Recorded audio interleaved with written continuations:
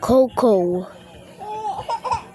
Cocoa. Forms of the cocoa bean during production. The cocoa bean, also known as a cocoa or a cacao, is the dried and fully fermented seed of the cacao, the cacao tree from which cocoa solids and cacao butter can be extracted. Cacao trees are native to Amazon rainforest. Wikipedia.